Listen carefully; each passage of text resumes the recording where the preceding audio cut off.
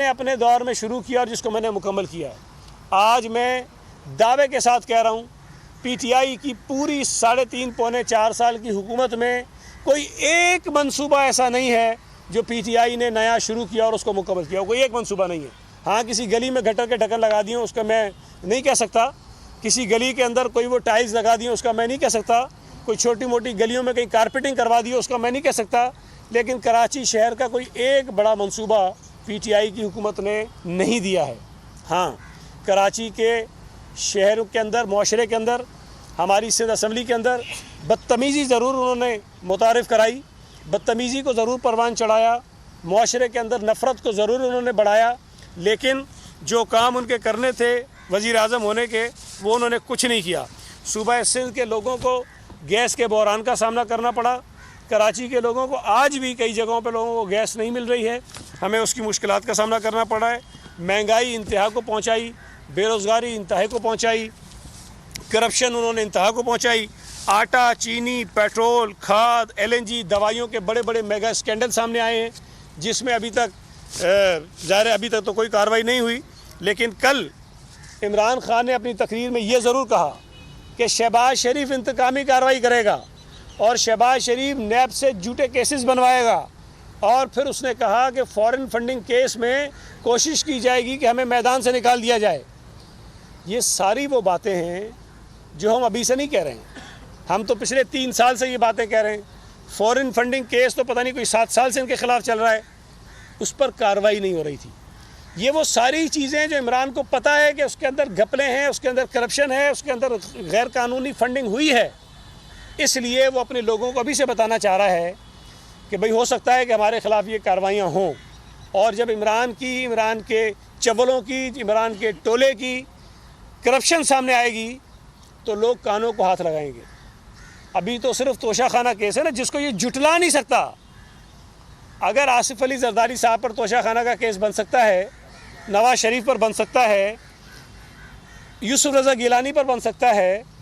تو عمران خان کو یہ آسمان سے اترا ہوا ہے. اور ان میں سے کسی شخص نے ابھی تک ہم نے نہیں سنا کہ آصف علی زرداری صاحب نے توشہ خانے سے کوئی چیز قانون کے مطابق لی اور بیچ دی ہو. نواز شریف نے, یوسف رضا گیلانی نے توشہ خانے سے کوئی چیز لی اور پھر بیچ دی ہو, یہ کسی نے نہیں کیا. یہ اس پارسا اور فرشتہ صفت وزیر اعظم جو اپنے آپ کو کہتا ہے, اس نے یہ کیا کہ تحفے ملے, کروڑوں روپے کے تحفے ملے, لاکھوں روپے میں وہ توشہ خانے سے خریدے گئے اور خریدنے کے بعد جا کے مارکیٹ میں بیچ دیے گئے. سعودی شہزادی کی جانب سے دی ہوئی گھڑی ہو, کوئی نیکلس ہو, کوئی گولڈ پلیٹڈ کلیشن کوف ہو, کوئی انگوٹھیاں ہو, کوئی کفلنگس ہو, اور پتہ نہیں کتنی گھڑیاں ہوں, یہ تمام کی تمام چیزیں جو تحفے کے طور پر حکومت میں بیٹھے ہوئے کوئی بھی جو ڈگنیٹریز ہوتی ہیں ان کو ملتی ہیں, اور اس کا ایک قانون ہے توشہ خانے میں جمع کرانے کا اور اس کے بعد وہاں سے خریدنے کا. لیکن کہیں پر بھی یہ نہیں ہوتا کہ آپ وہ تحفہ سستے میں خریدیں اور اس کے بعد جا کے باہر مہنگے پیسوں میں بیچ دیں. آپ تو بہت خیر خواہ تھے ملک کے بھائی, اگر مہنگے میں بیچا تھا تو وہ پیسہ خزانے میں جمع کراتا نا, بتاتے کہ دیکھیں میں نے ملک کے خزانے میں پیسے جمع کرائیں. لیکن جو آدمی چندہ چور ہو, جو آدمی زکوٰۃ چور ہو, وہ آدمی کیسے یہ پیسے چھوڑ سکتا ہے؟ تو عمران خان نے یہ کرپشن خود کی ہے, اس کے شواہد موجود ہیں, اس کو جھٹلایا نہیں جا سکتا, اور انشاءاللہ تعالیٰ اس کیس میں عمران خان نے پھنسنا ہے.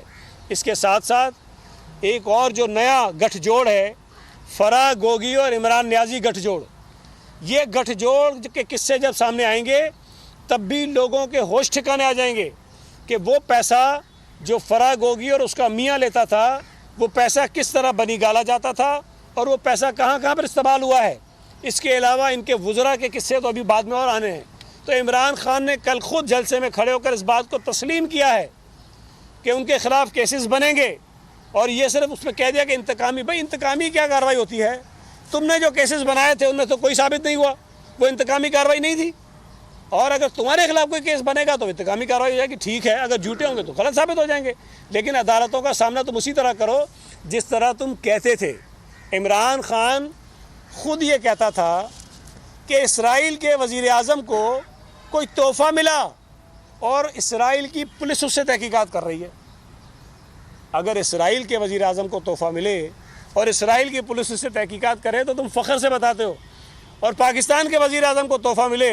اور وہ تحفہ بیچ دے اور وہ پیسے ہڑپ کر جائے اور وہ اپنے ٹیکس ریٹرنز میں بھی ظاہر نہ کرے، اور آپ کہتے ہو مجھ سے کوئی نہ پوچھے، اور اگر کوئی مجھ سے پوچھے گا تو انتقامی کارروائی ہے۔ عمران خان کی پارٹی پاکستان کی واحد جماعت ہے جس کو یہودیوں نے فنڈ کیا ہے، جس کو بھارتیوں نے فنڈ کیا ہے، یہ ریکارڈ پر چیزیں ہیں، اور اب وہ لوگوں کو بتا رہا ہے کہ فورن فنڈنگ کیس میں ہماری پارٹی کو شاید آؤٹ کر دیا جائے گا۔ پاکستان کے قانون کے مطابق کوئی جماعت بیرونی فنڈنگ نہیں لے سکتی، اور تم نے بیرونی فنڈنگ نہیں لی ہے، تم نے یہودیوں کی فنڈنگ لی ہے، تم نے بھارتیوں کی فنڈنگ لی ہے، اور تم نے اس پیسے پر اپنی پارٹی کو چلایا ہے،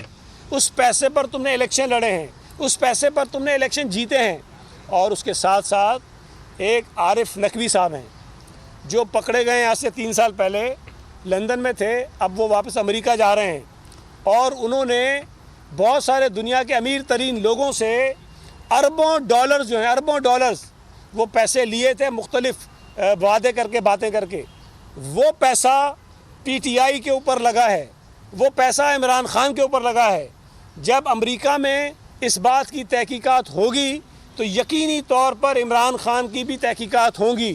اور یہ جو اینٹی امریکن سلوگن اس نے شروع کیا ہے ابھی سے، اس کا مقصد یہ ہے کہ جب امریکہ اس کو بلا کے پوچھ گچھ کرے تو کہے گا دیکھو جی مجھے حکومت سے بھی نکال دیا اور مجھ سے اب سوال جواب بھی کر رہے ہیں۔ تم نے غیر قانونی طور پر لوگوں سے پیسے لیے ہیں بھائی، تم نے پاکستان کے قانون کے مطابق جرم کیا ہے، تم نے امریکی قانون کے مطابق جرم کیا ہے، لہٰذا اس کی سزا جو ہے وہ تمہیں ضرور ملنی چاہیے۔ یہ بڑی عجیب بات ہے کہ جن جماعتوں کو اس ملک کے لوگوں نے 18 کے الیکشن میں جو متنازع تھا، 18 کا متنازع الیکشن جو ہے، اس میں وہ جماعتیں جو آج حکومت میں ہیں ان کو 70% ووٹ پڑا ہے، 70% ووٹ ان کو پڑا ہے، اور پی ٹی آئی کو 28% ووٹ پڑا ہے۔ 28% ووٹ لینے والی جماعت 70% ووٹ لینے والی جماعتوں کو غداری کے سرٹیفکیٹ بانٹتا پھر رہا ہے۔ 70%۔ جن عدالتوں نے فیصلے کیے آئین کے مطابق کیے وہ بھی امریکہ سے ملے ہوئے ہیں۔ جو میڈیا آئین کے مطابق بات کر رہی ہے، قانون کے مطابق بات کر رہی ہے، تمہاری انا اور ہٹ درمی کے خلاف بات کر رہی ہے، وہ بھی امریکی ایجنٹ ہے۔ اگر پاک فوج کا D G I S P R آ کے کھڑے ہو کے کہتا ہے کہ بھائی تم نے جو کہا ہے وہ غلط ہے، کہیں پر بھی جو نیشنل سیکیورٹی کمیٹی کی میٹنگ ہوئی اس میں امریکی سازش کا تذکرہ نہیں ہے، کہیں پر یہ بات سامنے نہیں آئی کہ یہ جو ووٹ آف نو کانفیڈنس آیا ہے اس کے پیچھے کسی بیرونی طاقت کا ہاتھ ہے، تم نے کہہ دیا وہ بھی غلط کہہ رہے ہیں۔ اب فوج بھی غلط،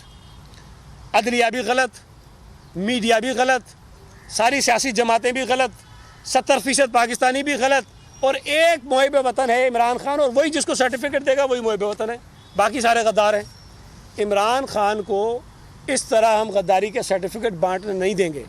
انشاءاللہ تعالیٰ اللہ نے چاہا تو یہ وقت ثابت کرے گا کہ ڈاکٹر اسرار نے جو باتیں کہی تھیں وہ درست تھیں،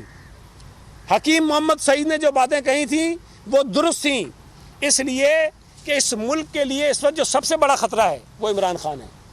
اس وقت اس ملک کے نظام کے لیے سب سے بڑا جو خطرہ ہے وہ عمران خان ہے۔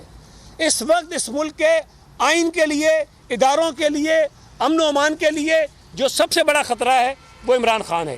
اس وقت اس ملک کے جو بین الاقوامی تعلقات ہیں اس کے لیے جو سب سے بڑا خطرہ ہے وہ عمران خان ہے۔